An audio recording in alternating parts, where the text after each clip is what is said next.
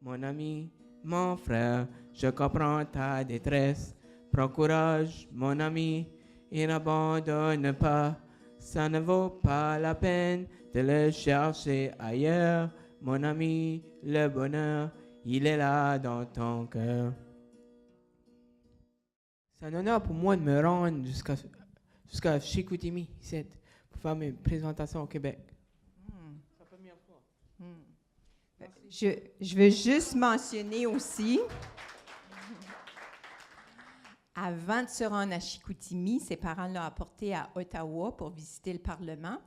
Puis ils m'ont appris hier que M. Colette a donné la main à Justin Trudeau. Je lui ai demandé s'il avait pris un selfie avec Justin Trudeau, puis il a dit, ben non, une photo avec ses photographes professionnels. Merci Clément veut que j'en parle un petit peu après. Je vais me concentrer sur la présentation avant, puis on verra après comment on a. Parfait. OK. Si tu veux. Oui, on va faire ça. Donc, on commence. Nous, on commence. Ouais. Bon. Là, oui, OK. Là, moi, je vais te présenter, OK? OK. Daniel Colette est un jeune homme atteint de paralysie cérébrale.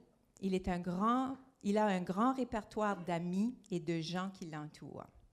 Daniel est très informé grâce à la radio CGSE 89.5 et la télévision de Radio-Canada. Il est devenu bénévole pour une radio communautaire CGSE FM 89.5 depuis bientôt 10 ans. Il a reçu le prix de bénévole de l'année et son émission touche sur l'inclusion. Pour cela, il a reçu la médaille du Jubilé de la reine Élisabeth II. Également, il participe aux Olympiques spéciaux en quilles. Malgré ses limites et difficultés depuis sa naissance, il a surmonté bien des obstacles. Il est très positif et un rayon de soleil pour tous. Là, c'est tout. Puis ça donne qu'on a du beau soleil aujourd'hui. Tu vois? Moi, j'aimerais te présenter une enseignante de l'Université de Moncton, Angela Aucoin. Là, on va commencer notre présentation. On s'est présenté à l'université. Daniel a présenté devant mes étudiants. Donc, on est déjà bien parti. Il y en a une qui est déjà ici. Nicole ici. OK. Donc, le menu de notre présentation, bien là, on a fait la présentation du conférencier puis de sa collaboratrice.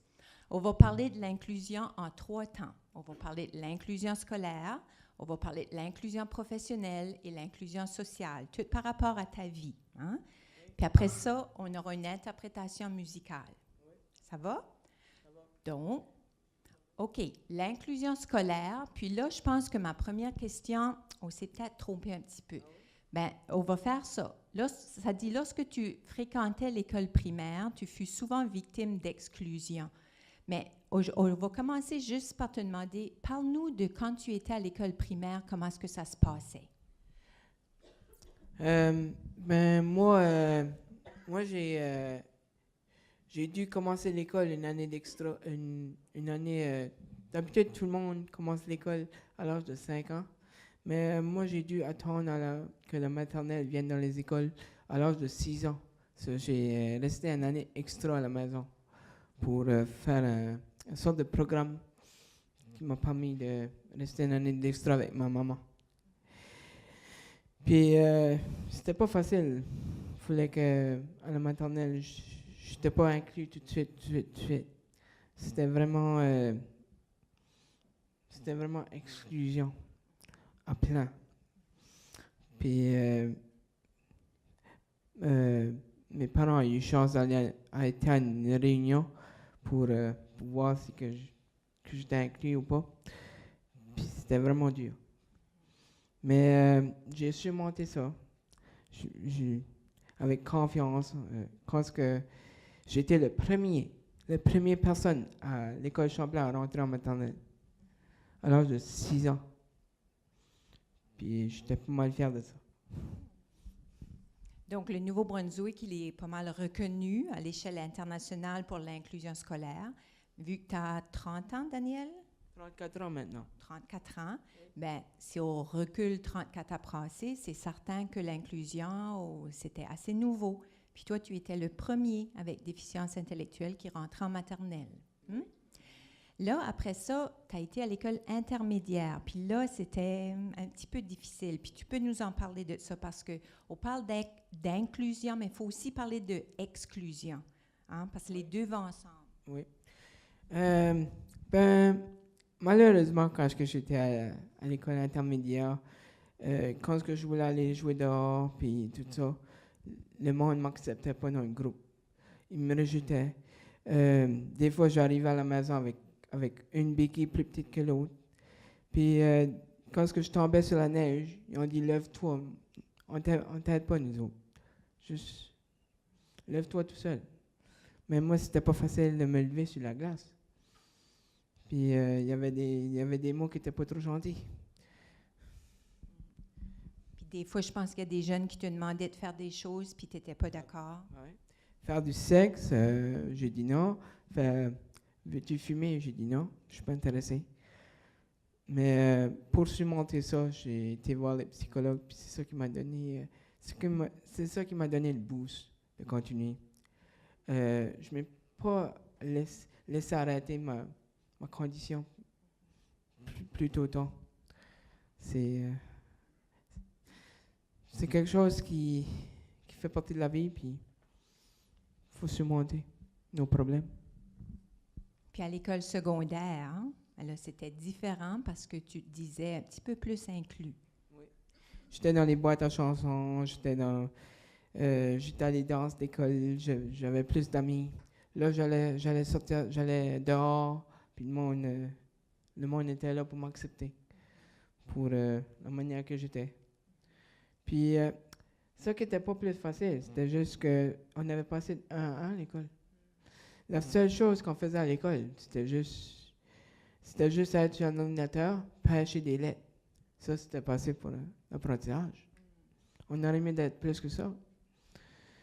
Puis, des fois, quand j'étais même à l'école, il y a même une enseignante qui n'acceptait pas que je ne pouvais pas écrire. Elle dit, si tu n'écris pas, tu vas aller au principal en bas. Ça, c'était la discrimination. Mais ça a été beaucoup mieux à la polyvalente, par exemple. Parce que tout récemment, ben là, je t'appelle régulièrement parce qu'on planifiait de venir à Chicoutimi. Je peux m'appeler n'importe quel temps, ça ne me dérange pas. Oui. À cette heure, j'ai ton numéro de téléphone sur mon cellulaire. Puis, Daniel, lorsque j'appelle, je te demande qu'est-ce que tu as fait aujourd'hui, qu'est-ce que tu es en train de faire. Puis, une fois, tu m'as dit, je suis en train d'apprendre les nombres. Une autre fois, tu as dit, je suis en train d'apprendre à lire. Il y a quelques années passées, on est allé à une réunion ensemble. Puis, lorsqu'on est arrivé à l'hôtel, tu ne pouvais pas signer ton nom. Maintenant, tu peux signer ton nom. Au complet. Oui. Mais trouves-tu pas que ces choses-là, tu aurais dû les apprendre à l'école? Je pense que oui. Ils donnaient pas assez de temps. Au moins, ils auraient dû donner plus de temps, je pense. Mais aujourd'hui, je pense que ça serait peut-être différent. Je pense que oui. OK. Et, je vais même parler dans les écoles aussi. Je fais des présentations. Tu vas peut-être en faire avec Justin Trudeau. Tu sais jamais. OK. Pour l'inclusion professionnelle, parce que toi, tu as ton emploi. Tu travailles bénévolement, tu ne te fais pas payer. Depuis presque 10 ans à la radio communautaire, puis là, je l'ai écrit parce que je veux faire de la promotion, là, CJSE-FM 89.5 dans la région du Grand Moncton du Nouveau-Brunswick. Mais moi, si je ne peux pas aller faire de la radio, toi, comment tu as choisi cet emploi? Ça n'a pas été facile. Malheureusement, il fallait que je fasse une émission pilote. J'étais le premier. Parce qu'ils voulaient savoir si c'était diffusable, qu'est-ce que je diffusais. Puis l'inclusion ne se faisait pas toujours là. Mais une personne surtout qui m'a aidé là-dedans, c'est Yvan Michaud, le regretté Yvan Michaud. Il a cru dans moi. Mais faut que je recule un petit peu. Parce que j'ai commencé à avoir la piqûre de la radio. J'allais à la radio étudiante à l'école. Puis je faisais la radio le midi. Puis je voyais le potentiel que j'avais. Puis là, après ça, j'ai su qu'il y avait un cours de technique de communication radiophonique qui commençait au collège de Dieppe, mais ils ne voulaient pas m'accepter à cause de mes notes d'école. So, qu'est-ce que j'ai dû faire? J'ai dû aller une année extra à l'école pour apprendre plus. Puis en 2004, là ils m'acceptent. Puis en 2006, j'ai eu une grosse main d'applaudissements. Puis quand j'ai gradué à l'école Mathieu-Martin aussi, tout le monde s'est levé pour moi, pour me dire que j'ai gradué. Puis depuis ce temps-là, c'est grâce à mes parents que je fais la radio aussi. Parce que si mes parents n'étaient pas là, où est-ce que je serais aujourd'hui? L'inclusion ferait-tu? Je pense pas. Parce qu'ils sont avec toi à la radio, n'est-ce pas? Oui. Ils sont avec moi, puis c'est ma mère qui répond le téléphone, qui écrit. Mais moi, je réponds le téléphone, puis je lui donne le téléphone, puis elle écrit le message. Puis c'est moi qui parle, puis c'est un projet de famille. C'est beau, ça. Mais si jamais quelqu'un plus tard veut que je précise plus, dans le temps de période de questions, je pourrais préciser. Merci. On n'a pas fini, là? Non, je sais. OK. Puis l'inclusion sociale, bien, je sais que tu es une personne très sociale. Puis moi, j'ai une petite anecdote que je vais vous raconter parce que la première fois que Daniel est venu présenter dans notre salle de classe à l'Université de Moncton, c'est une jeune femme de la région qui l'a invitée parce qu'elle était allée parler à la radio. Donc, elle avait rencontré Daniel. Mais cette jeune femme-là venait d'être nommée Mademoiselle Amérique du Nord dans le pageant des jeunes femmes. Donc, elle avait été Mademoiselle Canada, puis là, elle était rendue Mademoiselle Amérique du Nord, Rachel Jaillet. Puis dans la classe, c'est Rachel Jaillet qui a apporté Daniel, puis elle allait dîner avec lui sur l'heure du dîner pour le remercier d'être venu présenter dans notre salle de classe. Puis, il y a quelqu'un dans ma classe qui a posé la question à Daniel. « Daniel, est-ce que tu es heureux? Tu es un jeune homme qui vit avec certains défis, puis c'est pas toujours facile pour toi. Est-ce que tu es un homme heureux? Est-ce que tu dirais que tu es heureux? » Puis Daniel a réfléchi un petit peu, puis il dit, « Ben, je ne sais pas combien d'hommes aujourd'hui vont aller dîner avec Mademoiselle Amérique du Nord. » Ça fait que Daniel, il a une vie sociale assez épanouie. Hein? Il joue au hockey, il a des amis, il joue de la guitare. On a en commun, moi puis lui, ici. Là. Oui, c'est vrai que vous avez des choses en commun. Oui. Donc, pour l'inclusion sociale aussi, je sais qu'on a siégé sur un même comité, toi et moi. Oui. Actuellement, tu es encore là. Moi, je suis partie, ça fait quelques années. Mais tu sais... Oui. Oui. Puis malheureusement, cette année, c'est ma dernière fois aussi. Je dois partir. Mais je vais recevoir une plaque de reconnaissance pour mon travail que j'ai fait. Le 22 septembre, c'est écrit dans mon calendrier. Tu sièges au comité consultatif de l'Association du Nouveau-Brunswick pour l'intégration communautaire. Demain, on va entendre parler de cette organisation-là par M. Danny Soucy. Est-ce que tu pourrais nous décrire ton rôle au sein de ce comité, puis qu'est-ce que ça t'apporte? Mais mon rôle, moi, c'est si que les gens veulent faire des dons, moi, j'ai des enveloppes que je prends, puis les gens viennent à moi pour me donner un montant qu'ils veulent. Ça ne dérange pas comment est-ce qu'ils veulent, $1, $2. Mais moi, mon rôle, ça que ça m'apporte, ça m'a donné la chance de donner mes idées. Puis de donner comment est-ce que j'ai vu comment est-ce que l'inclusion est importante. Puis je pense que durant 6 ans, depuis 2012, je pense que j'ai donné un bout, si tu veux, à l'Association d'intégration communautaire. Ils ont vécu dans moi. Puis la personne qui a cru dans moi beaucoup comme ça, c'est Lorraine Sullivan, mais elle n'est pas ici aujourd'hui.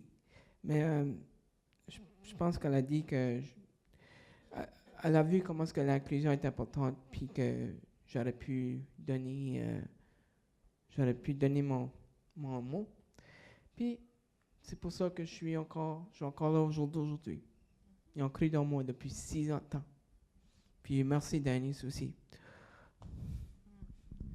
Oui, c'est une organisation qui aide les familles et les gens avec déficience intellectuelle à vivre une vie comme tout le monde. Puis toi, tu es un bel exemple, Daniel, tu as ton propre appartement, tu as un emploi. 10 ans presque. Ça fait déjà 10 ans que tu as ton propre appartement. Puis, tout récemment, tu as participé à un projet d'écriture. Tu m'as aidé avec un livre qu'on a publié. Non, je le lance. Non, pas celui-là, parce que c'est un livre en anglais, celui-là. Ce soir, c'est un livre en français. OK? C'est OK? Donc, le livre auquel tu as participé, ça s'appelle Inclusive Education, Stories of Success and Hope in a Canadian Context. Puis, voici quelques paroles que tu as partagées, que tu nous as dit dans ce livre-là. Donc, c'est en français, c'est que Daniel nous a laissé quelques conseils. Vous devez avoir de la patience et apprendre à nous aimer sans chercher à vouloir nous changer. Nos différences ne devraient pas nous empêcher de vous montrer que nous sommes intelligents à notre façon. Nous aimons sourire et nous sommes toujours positifs. Ce n'est pas gentil d'être négatif. Nous sommes toujours positifs. Veux-tu dire quelque chose? Mais moi, je vais vous dire que moi, le mot handicapé, c'est un mot que j'aimerais changer. Moi, j'aimerais avoir votre opinion. Qu'est-ce que vous pensez de personnes à besoins spéciaux? Est-ce que ça serait mieux, ça? Parce que moi, le mot handicapé, la définition que j'ai de ça, moi, c'est qu'on ne fait rien du tout, qu'on est assis à la maison, puis qu'on regarde la télé toute la journée, mais c'est pas ça le but. C'est juste d'être, même si on a besoin spéciaux, on peut faire des choses. Puis je pense que je vous le prouve juste là. Hein? Moi, j'ai toujours cru que tu étais un leader en inclusion pour deux choses. Parce que, premièrement, tu y crois. Oui. OK? Je vais toujours y croire jusqu'à la fin du temps. Et deuxièmement, c'est que tu es un exemple vivant. Puis moi, j'aimerais te dire aujourd'hui que si l'inclusion n'existerait pas, Daniel, je ne pense pas qu'on se connaîtrait. Puis honnêtement, tu me manquerais beaucoup parce que tu es une personne qui enrichit ma vie. Je te dis ça avec toute honnêteté. OK? Là, on va passer à la chanson. Oui. On va finir avec ça. Faut que j'explique comment est-ce que la chanson me touche beaucoup. C'est qu'en 5e année, l'auteur, compositeur, interprète Louis Pitt est venu dans la classe, différentes classes, chanter la chanson Le Bonheur. Puis parce que c'était dans le temps de l'intimidation que je me faisais beaucoup intimider dans l'école. Puis après ça, ça a été chanté dans différentes classes. Puis moi, j'ai appris cette chanson-là à l'âge de 12 ans. J'ai pu parler en direct sur la radio. Puis j'ai pu le rencontrer grâce à la radio. Puis depuis ce temps-là, c'est une chanson qui me touche beaucoup. Puis juste pour vous dire que le refrain sera affiché si vous voulez chanter le refrain avec moi. Puis je pense que ça va bien finir ma présentation aujourd'hui. Puis s'il y a des questions après, je serai là pour les périodes de questions. Gênez-vous pas. Merci. Merci Angela aussi. Je vais aller chercher la guitare.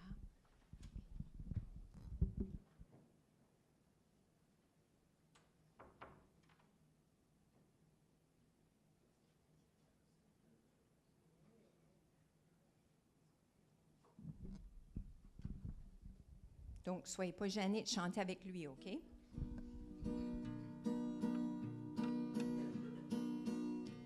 Mon ami, mon frère, je comprends ta détresse. Prends courage, mon ami, et n'abandonne pas. Ça ne vaut pas la peine de le chercher ailleurs. Mon ami, le bonheur, il est là dans ton cœur. Il y a des gens qui parlent fort, il y en a d'autres qui crient. Il y en a même qui parfois seront meilleurs que toi. Ne t'en fais pas pour ça, continue ton chemin. Et quand le cœur t'en dira, tu chanteras ce refrain.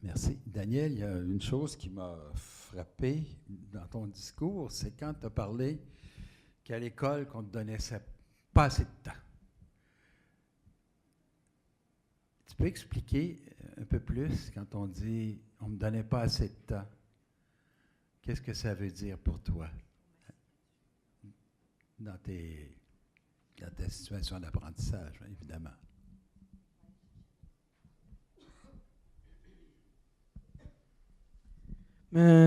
C'est juste que les personnes, des fois, c'était pas assez de temps parce que le temps manquait. Puis c'est juste du 1 à 1. On n'avait pas ça à l'école. Tu vois-tu? Parce que toi, tu avais besoin d'apprendre, tu avais besoin de quelqu'un pour guider, c'est ça, pour te donner plus de temps. La cloche sonnait, là, tu n'avais pas terminé ton travail. C'est ça que tu veux dire? Oui, c'est ça. Un petit peu plus de temps. Mais c'est normal des fois à l'école qu'on est timé sur l'heure. Puis tantôt, j'ai même oublié de dire merci à Angela au coin. Parce que c'est grâce à elle si je suis ici. Mais est-ce que ça répond à ta question ou veux-tu que je précise un peu plus ou qu'est-ce que